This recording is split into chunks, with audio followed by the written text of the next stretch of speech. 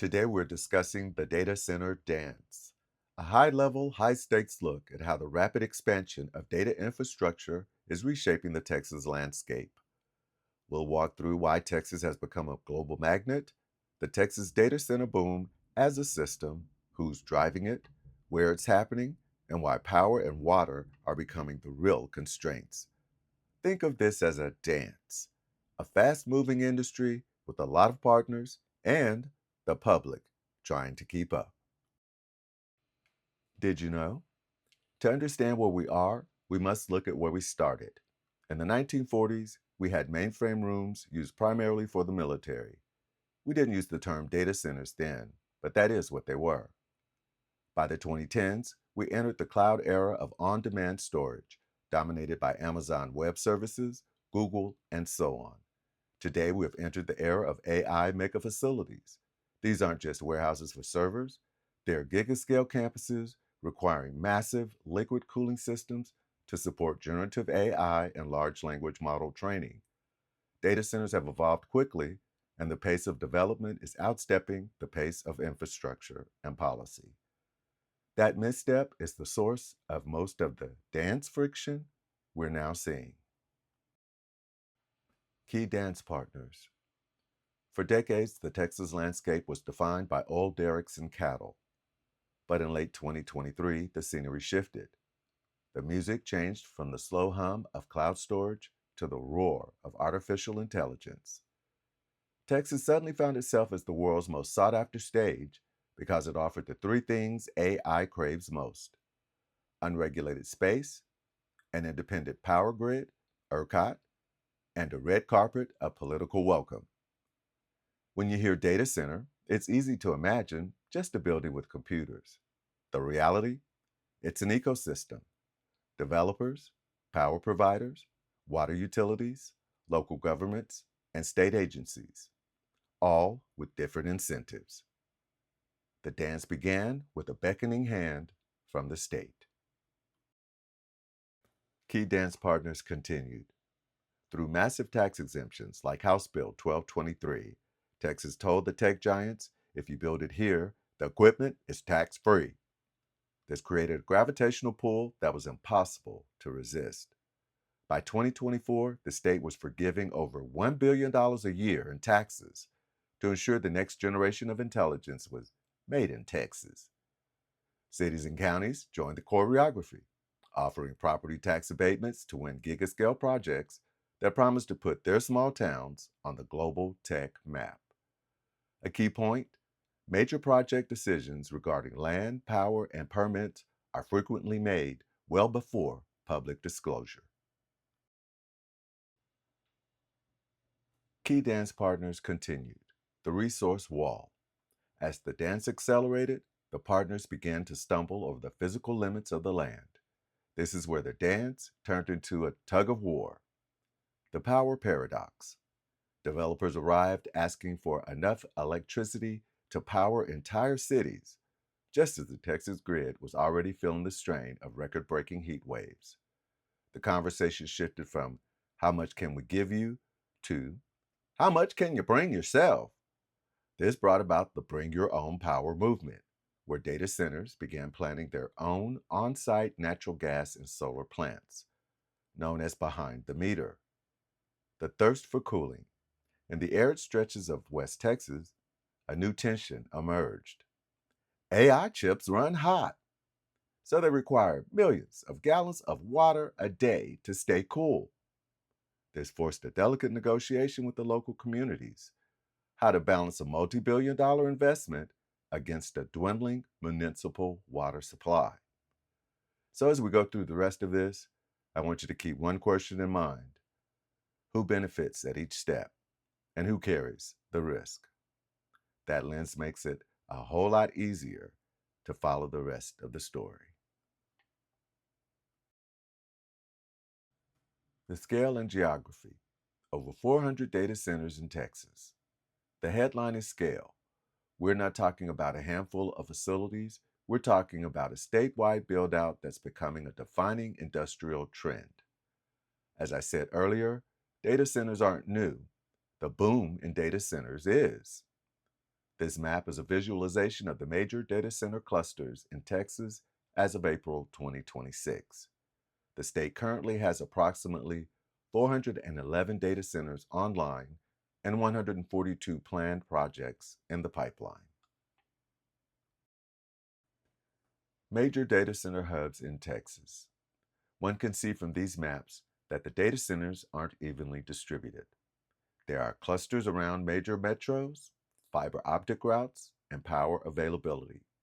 The hub pattern matters because it concentrates impacts, especially on grids and water systems, into specific communities. Dig in. Interactive map.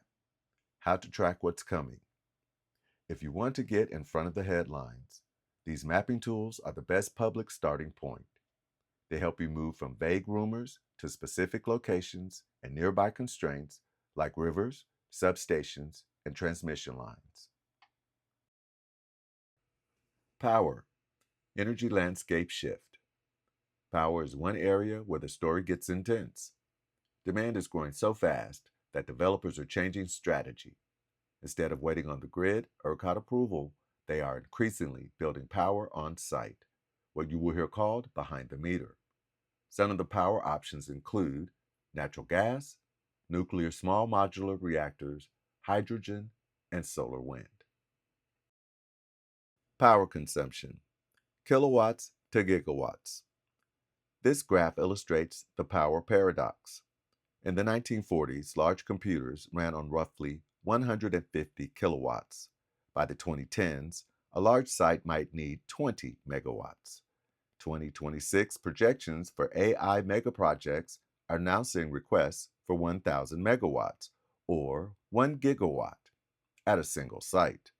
To put that into perspective, a single AI campus can now require as much power as a nuclear reactor produces, putting unprecedented strain on the ERCOT grid.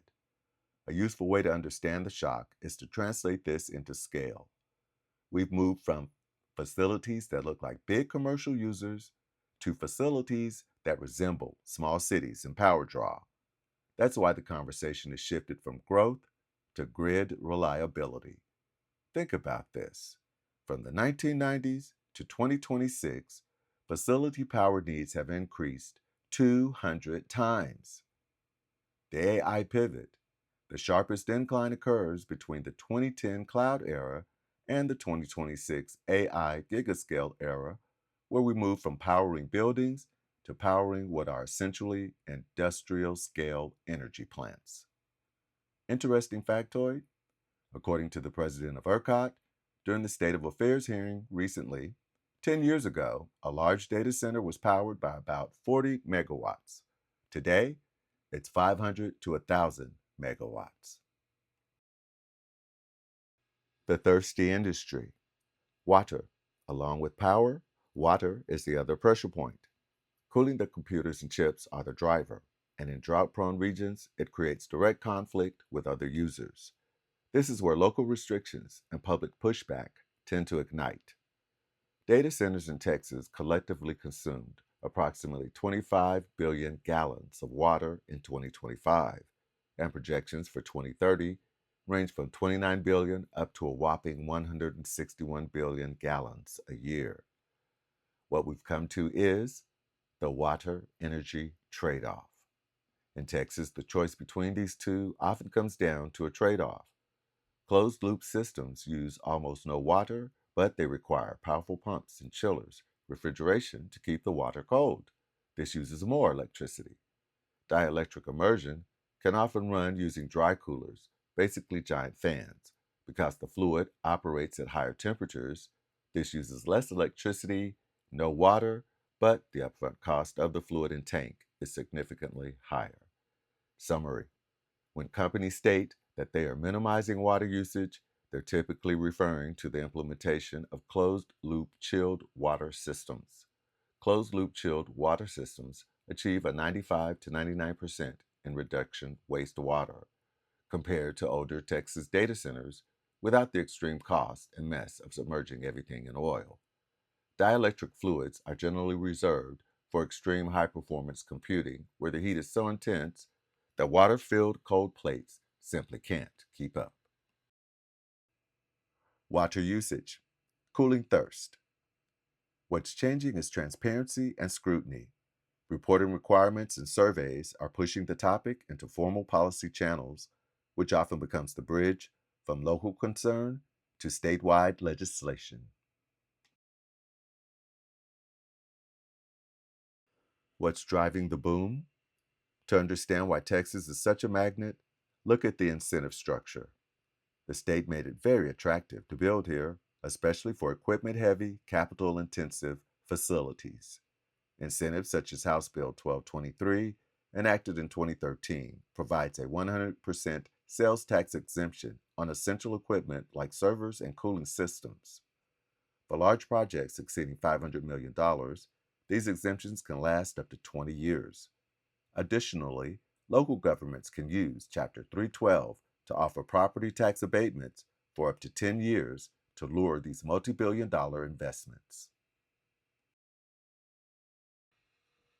Incentives continued, and the incentive toolkit doesn't stop at one program. There are multiple layers, state level and local level, and together they can materially change the economics of where a company chooses to locate, such as the Texas Jobs, Energy, Technology, and Innovation Act, House Bill 5, passed in 2023, provides a 10-year school property tax abatement for large-scale projects. The Texas Enterprise Fund, a deal-closing grant program funded mostly by direct appropriations every 2 years from the state's General Revenue Fund and used to lure major projects to Texas when they're actively competing with other states. Impact on state revenue. What do all those incentives mean? This is where the politics intensify. As projects get bigger and more numerous, the cost to the state rises sharply. What used to feel like targeted incentive now looks to some lawmakers like a major budget leak.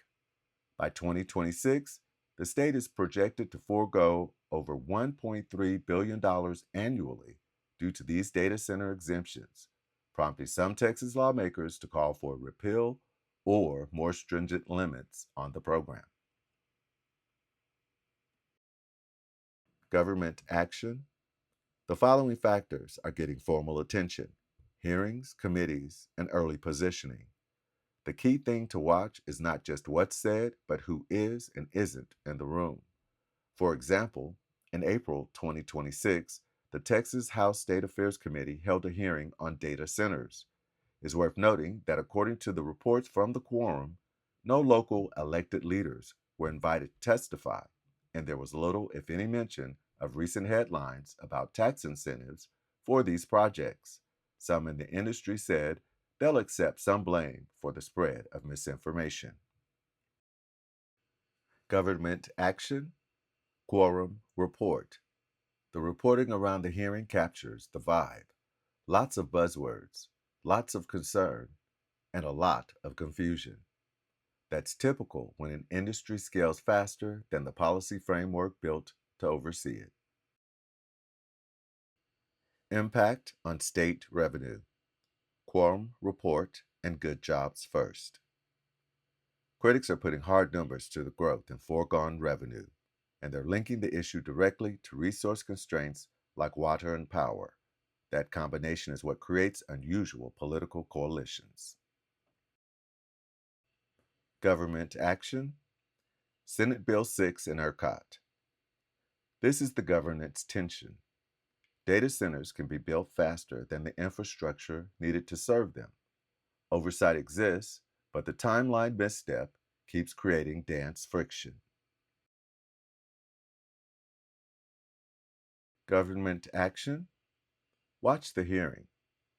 If you want a quick understanding of tone and priorities, watching the hearing is valuable. It shows what lawmakers are focusing on right now and how the industry is framing its argument. Case studies. What it looks like on the ground. At the local level, outcomes vary.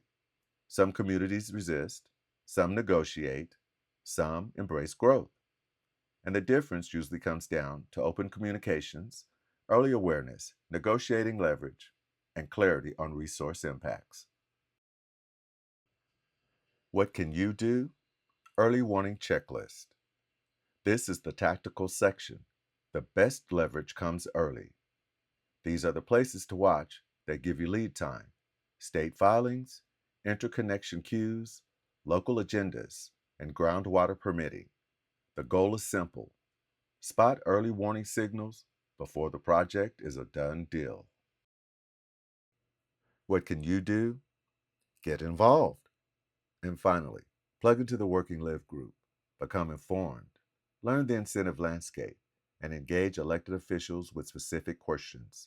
The most effective advocacy is informed, consistent, and focused on a short, early warning checklist of must do's tied to power, water, and transparency.